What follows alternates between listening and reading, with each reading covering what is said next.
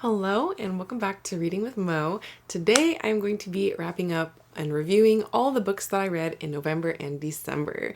I was very sick for a lot of December, so I really got behind on creating content, so I haven't had a chance to review my November books, so I thought I would just wait until now and throw them all together. I definitely didn't want to let the year go by and not review these books because I did read some good books in the last 2 months of November and December, and I really wanted to talk about them before I start doing all of the end of year wrap up content that I have planned coming soon. I am going to be doing my best books of the year, worst books of the year, DNFs, all that good stuff shortly. But first, I want to close out the year with reviewing all the last books that I read at the end of the year. Let's go ahead and start with November. I'll start with the stats for that month. So in November, I finished 7 books and I DNF'd 1 book. I had two 3-star reads, and then I had 5 4-star reads. The book that I ended up DNFing in November was The White Hot by Chiara Alegria Hudes. In this book, we are following a woman. Her name was April Sitto, and she's a young mom. She became a mom very young, and she's very overwhelmed by she calls white hot rage that's inside of her. She abruptly leaves her family and she goes on this journey of self-discovery. She means to be gone for 10 days, but actually ends up being gone for about 10 years. The book is written as a letter to the daughter that she left behind. I was really close to finishing this book. Actually, I only had about an hour left of the audiobook, but I just didn't really have that much interest in continuing. I afterwards got a little bit of FOMO because I read it or got it from my library pretty quickly on the release date. And then I started seeing other people on Bookstagram posting about this book. And I kind of had FOMO, just not enjoying it or being as blown away as the other people were.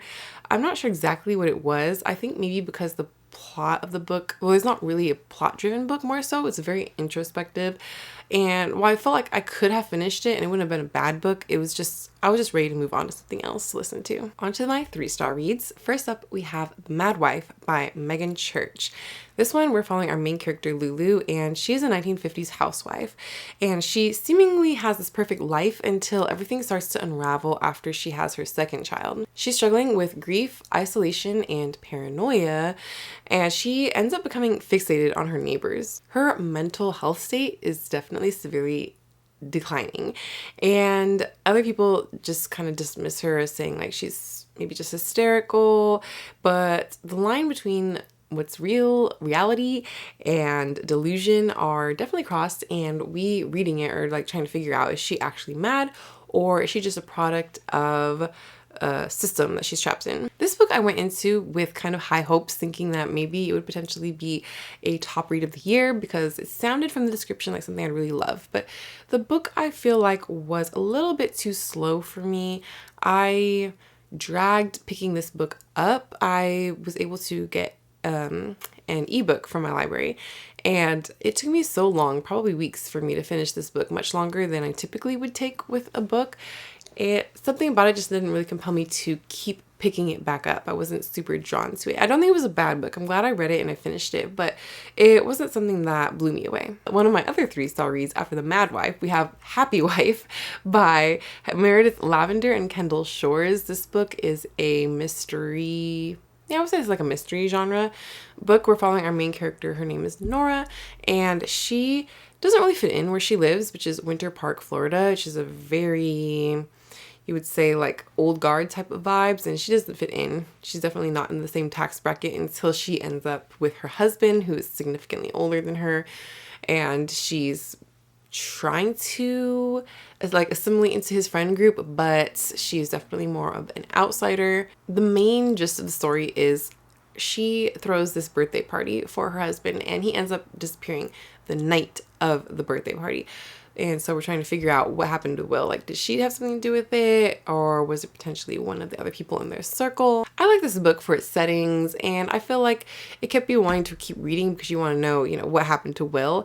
But as far as the mystery goes, I didn't feel like this book did anything that blew me away or wowed me. Even now, I'm having a hard time recalling what happened at the end of the book, which is never a good sign. But I do love picking up these very fast-paced, like turn your brain off kind of books to listen to, like when you have a long commute to work. Sometimes they're enjoyable. Now on to my 4-star reads.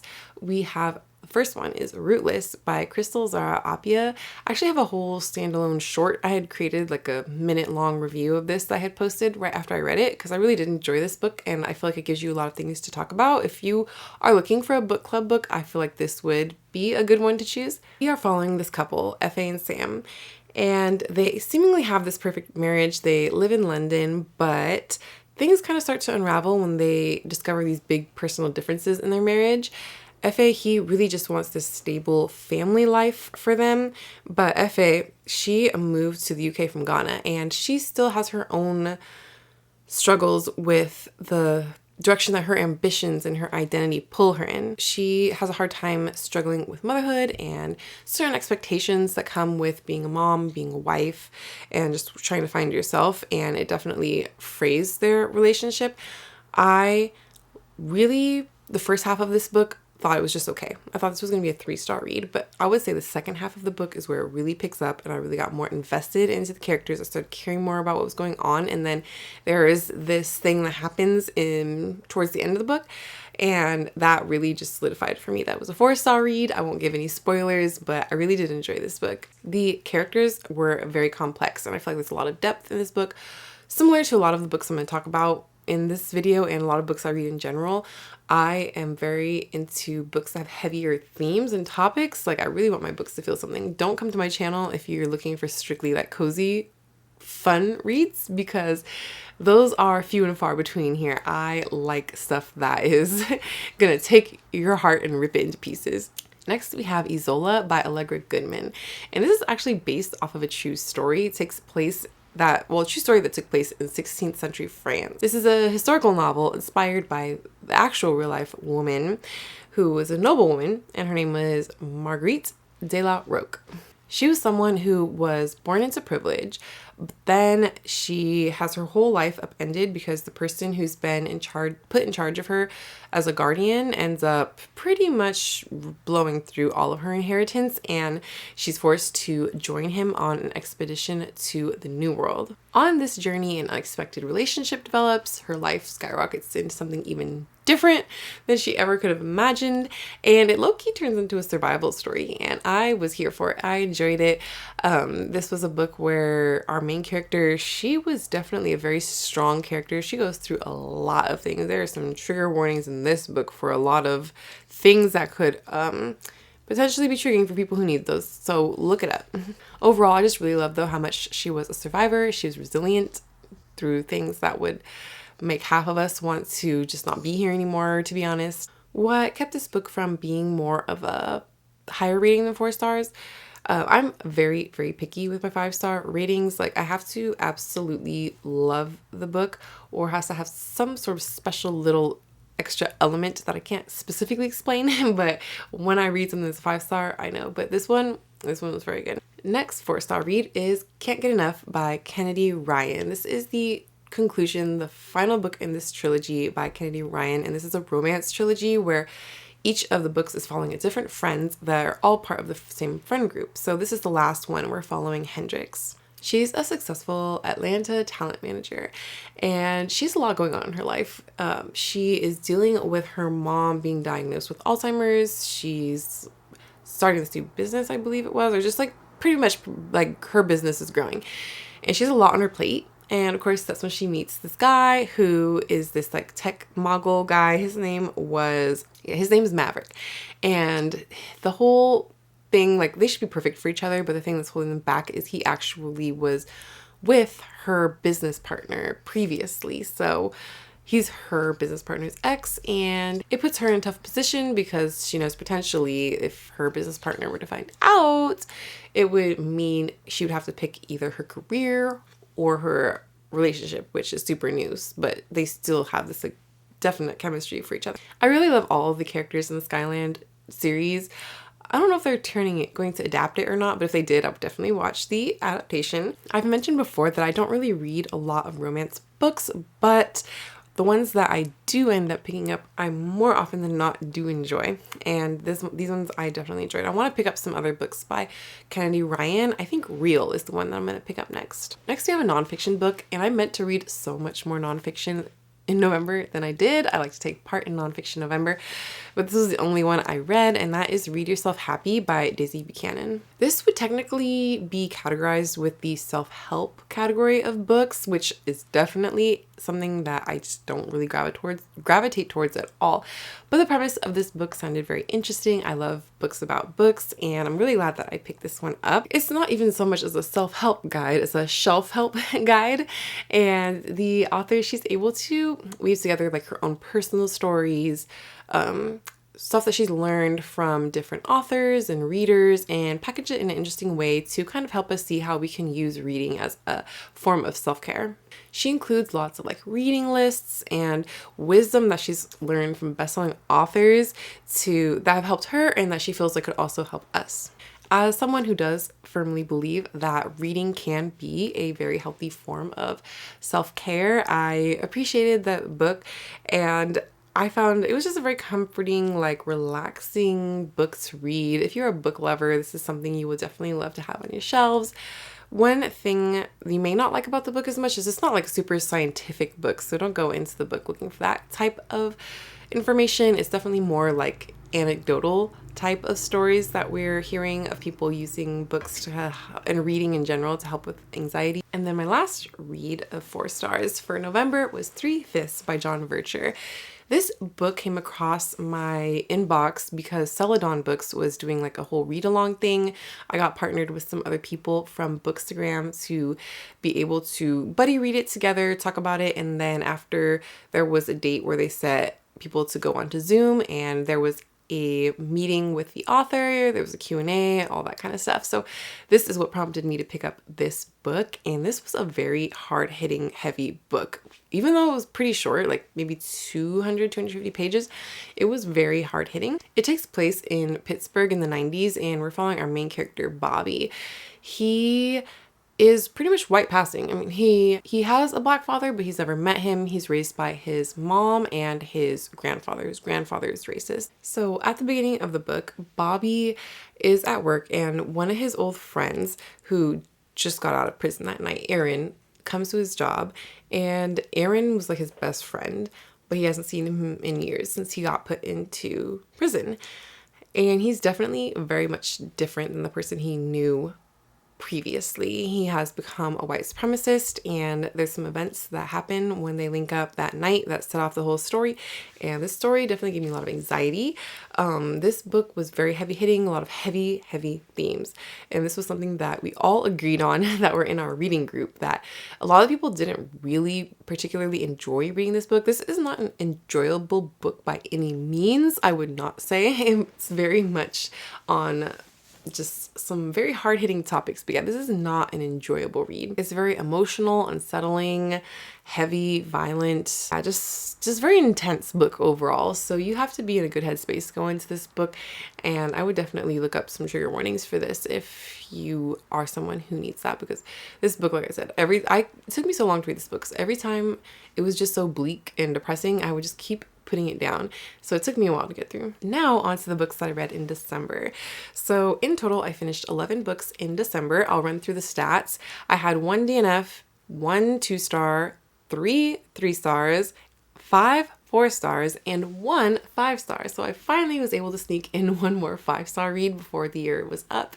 I hoped to get to 10. I did not get to 10. I think like 6 or 7 last year, and that's pretty much on par. I am very picky with my 5-star ratings. So let's jump into the DNF, and that was Fallen City by Adrienne Young. This was a fantasy book. I listened to an audiobook, maybe got like 10 to 15% into it before I decided that I didn't really care to continue with this book. Following a story that is taking place in the walled city of Izara, and we're following a lot of like political corruption, and there's a lot of unrest. It's like threatening to tear their society apart. Our main character, her name was Maris Casperia.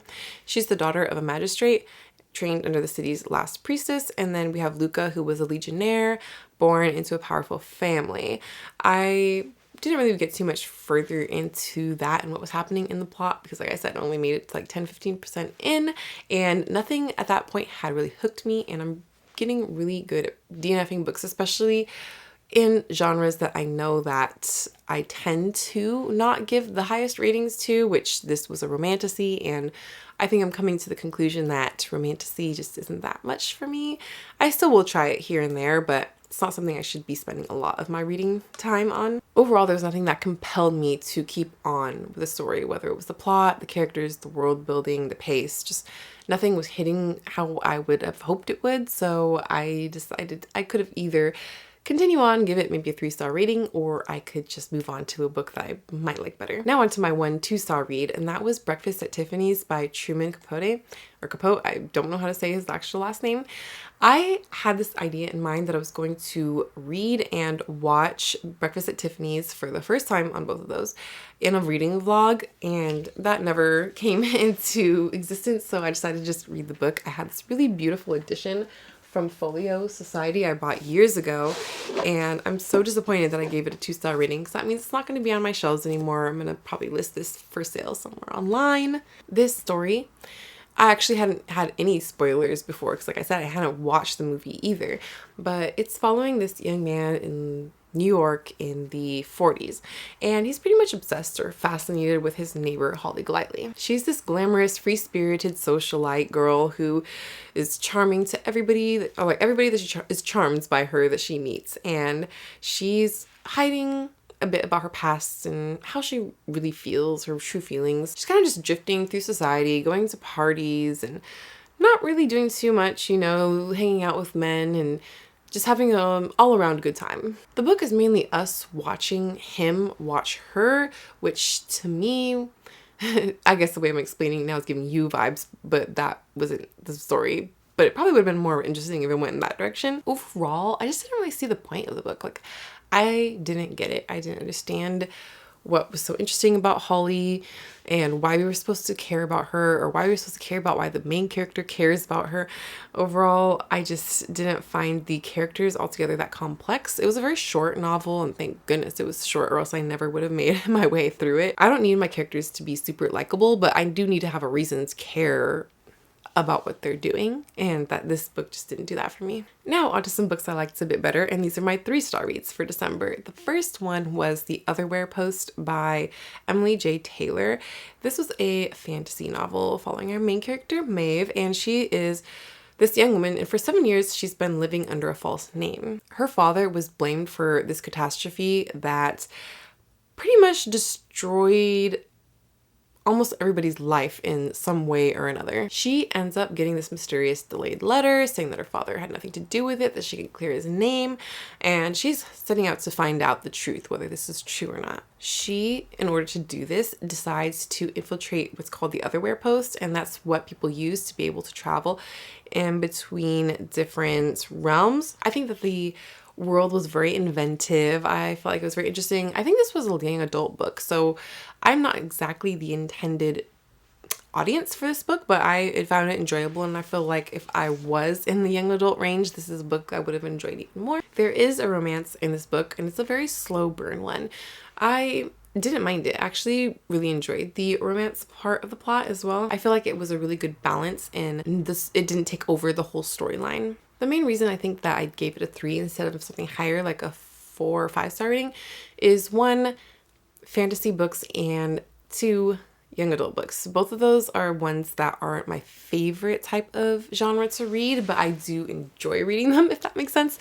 But they're typically not like my favorites, or this book just wasn't very memorable to me either. I just don't think that it's gonna have a lasting part of my brain, but I am glad that I did read this book. Next, we have Convenience Store Woman by Sayaka Murata, and this one is following our main character, Keiko. She's a 36-year-old Japanese woman, and she has worked the same job at this convenience store for the past 18 years of her life. I listened to this book as an audiobook when I was on a cruise in December, and it was a good, short, quick, this was a very quick audiobook, so it was like perfect length. Kiko has never really been normal like other people. She's always struggled to fit in and have like normal behavior, follow societal norms. She always has had this sense of feeling out of place at school and in society. working at her job that has these very clear rules and strict routines is something that she works well with, and that's why she's been there so long. She is dealing though with a lot of pressure from family, friends, society, as far as like she's getting older, she needs to have a better career or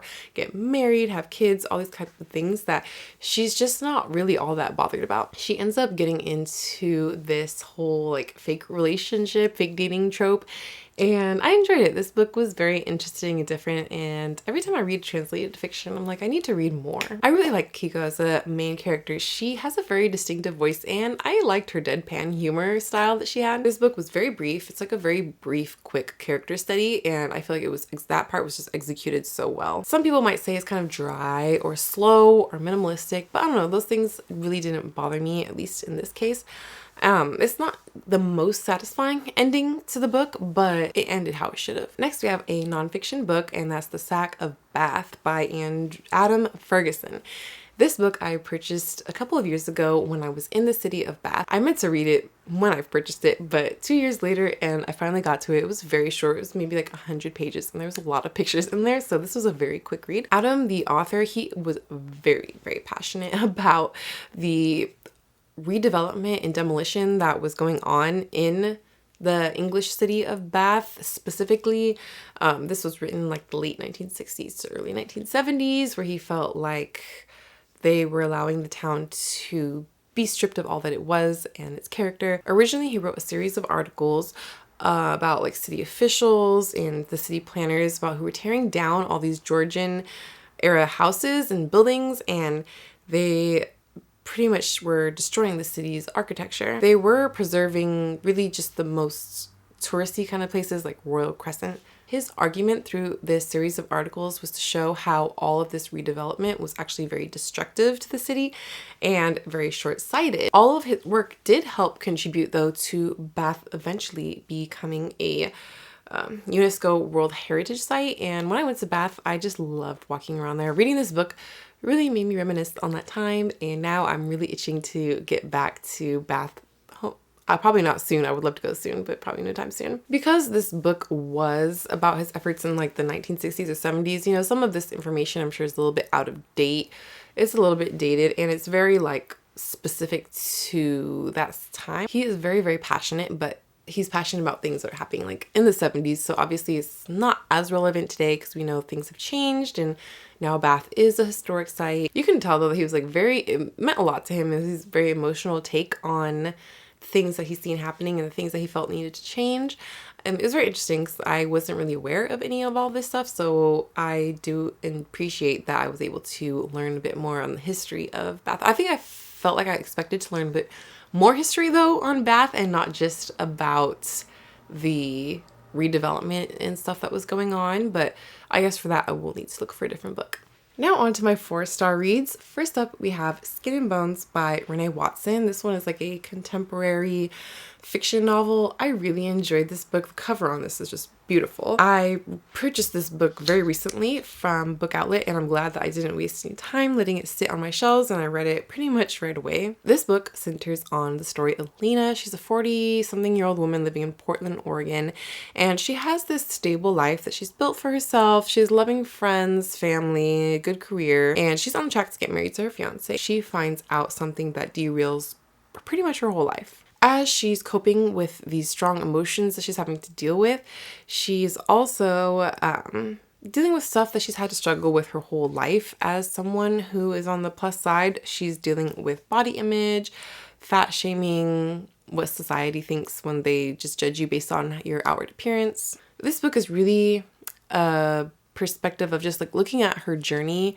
through self-love and acceptance and healing, and really redefining for yourself what you are going to accept in life. Overall, I really loved our main character. She was a very strong woman lead character, and I enjoyed reading from her perspective. This was a very thought-provoking, emotional novel, and it was also very realistic, and I just found her to be a very relatable main character to be reading from. If you're looking for something that's very fast-paced and very plot-driven, this isn't really it, but I did enjoy it for what it was, and this isn't very light contemporary women's fiction book, I feel like this definitely hits on more heavy-hitting topics and themes. Next, we have The Children of Jocasta by Natalie Haynes.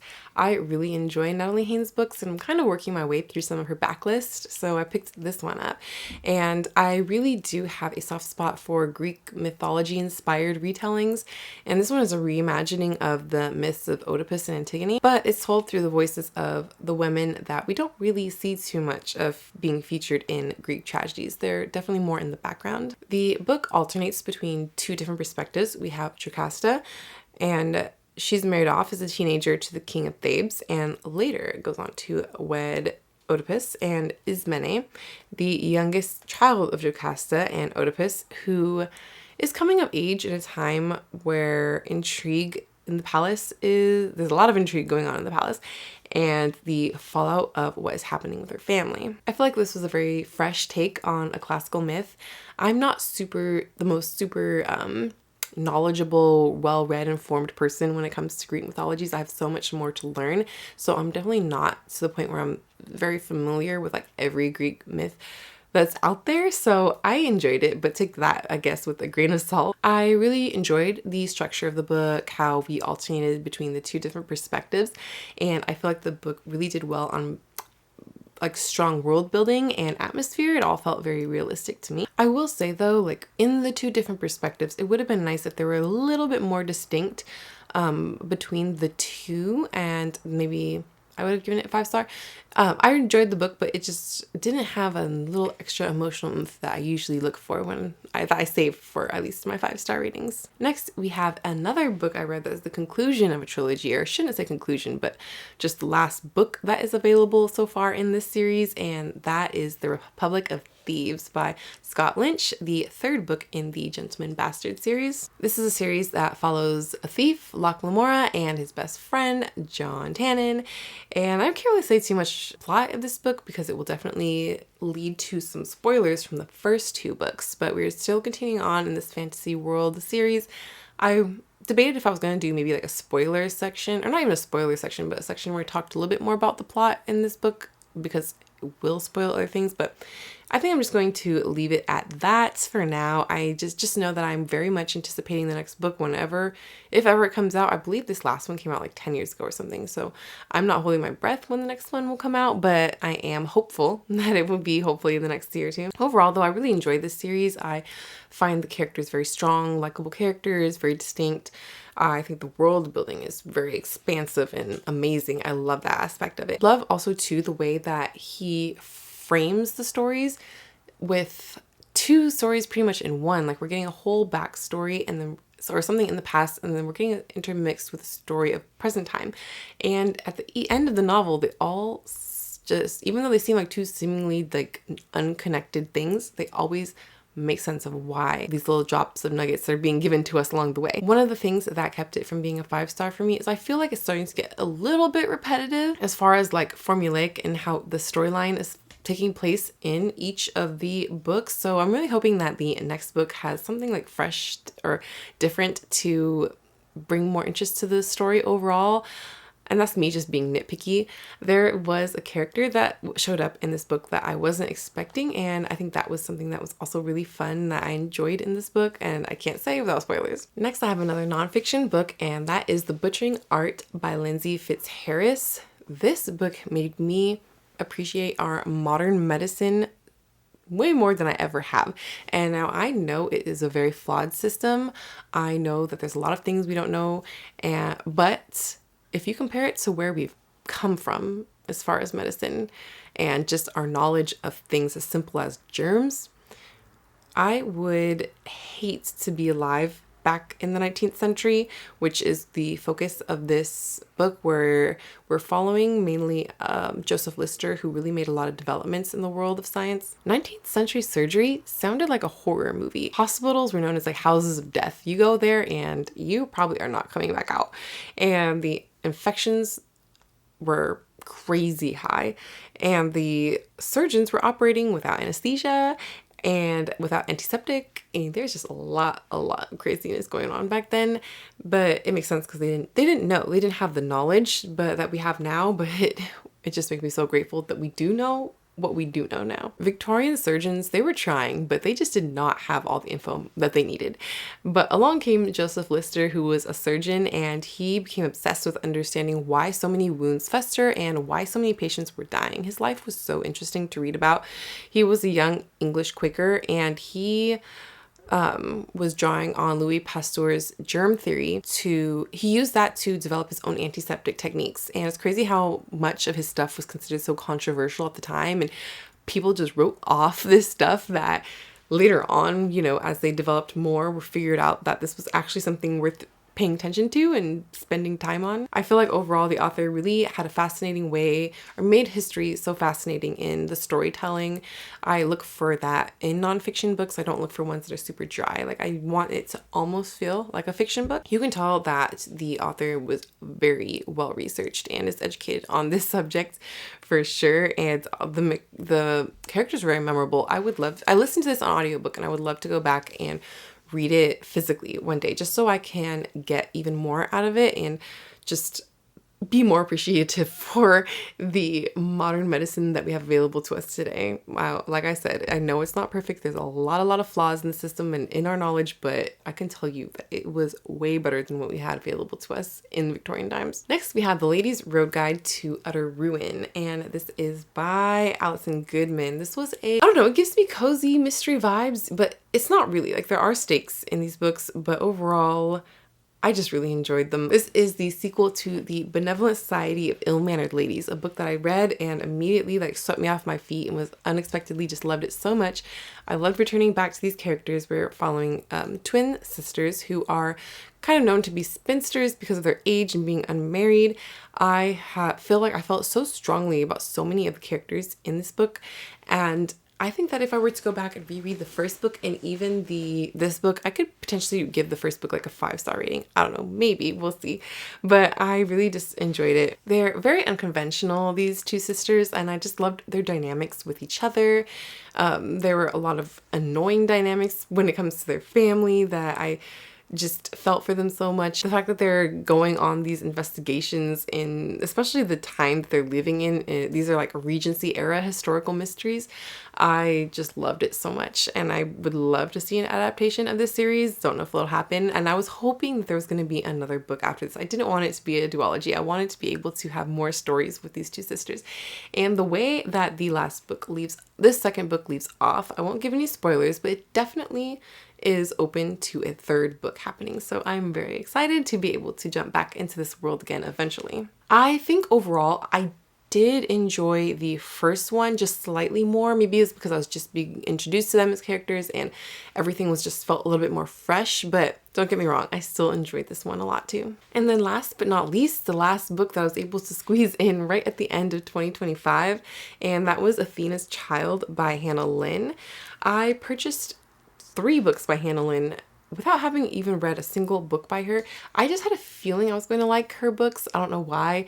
I never really heard anybody talking about her books, but she does Greek myth retellings, and this one was centered on the story of Medusa. Now, I've read, at this point, maybe 2 or 3 other books that were Medusa retellings, and while I didn't think they were bad, neither of them really stood out to me. I don't have either of them on my shelves currently or have plans to purchase them. But this one I just felt like was such a fun, unique, and fresh take, at least from the, few that I have had experiences of reading so far. When I started listening to the book and I realized it was a retelling of Medusa, I was like, I don't know. I'm like, what is she going to do with this story now? At this point, I've heard multiple people's different takes on the story and on this myth. So what can she really bring new to the table? But I just really loved this book way more than I even thought I was going to. She had the ability, even though this book was so short, I ended up listening to it on audiobook, and I think I finished it in like a day or two because it was that short. And for me to have like emotional feelings towards characters in such a short book and with a story that I'm familiar with the general plot line of is a really good skill, in my opinion. I feel like if you haven't read any Greek or haven't really read many or any Greek retellings, this would be a really good place to start. I feel like it's very accessible. You do not have to be familiar with the myth itself, although many people are, just because Medusa is a character that has been featured in various different like pop culture things over the years. I lied to you guys before. I actually had one more book. How could I forget? I had a 5-star read in December, and we can't forget and leave that one out. That is The Bookseller at the End of the World by Ruth Shaw. This is a nonfiction book I picked up earlier in the year when I was on my honeymoon in New Zealand, and the author of this book is from New Zealand and has a bookstore that is the furthest south bookstore in the world. I didn't make my way there, unfortunately, but I picked this up at a different bookstore, and I'm so glad that I did. In this memoir, Ruth is talking about how she runs these 2 tiny little bookshops that are in this remote village of Manapuri, and she's not just talking about the bookshops.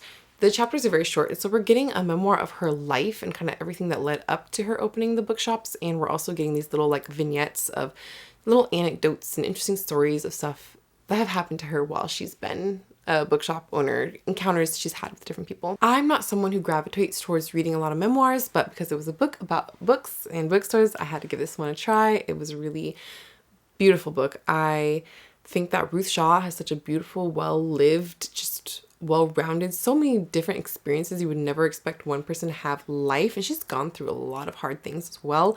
There were definitely a lot of trigger warnings and a lot of hard things that she's had to go through in her life, and to see where she's at today, she has had such an adventurous life, and I just love that for her. I'm really surprised not more people have read this book. I've never heard of it. This was a book I just randomly picked up when I was browsing through a bookstore when I was on my trip, and I'm really glad that I picked it up. I picked up this one and her other one, which is called 3 Bookshops at the End of the World or something like that, and it's on my TBR for this month. I don't want to wait too long. I want to jump straight into her other memoir. Like I said, I gave this book a 5-star rating. This is definitely one that I will be revisiting again at some point in the future. I'm very glad to have it on my shelves, and I'm just so grateful that I was able to randomly come across this book in just such a random way, and that I have it in my life. It was so good, and I'm just going to definitely be recommending it to you guys, and it will definitely be featured in my top best favorite books of 2025. So those are all the books that I read in November and December. If you've made it this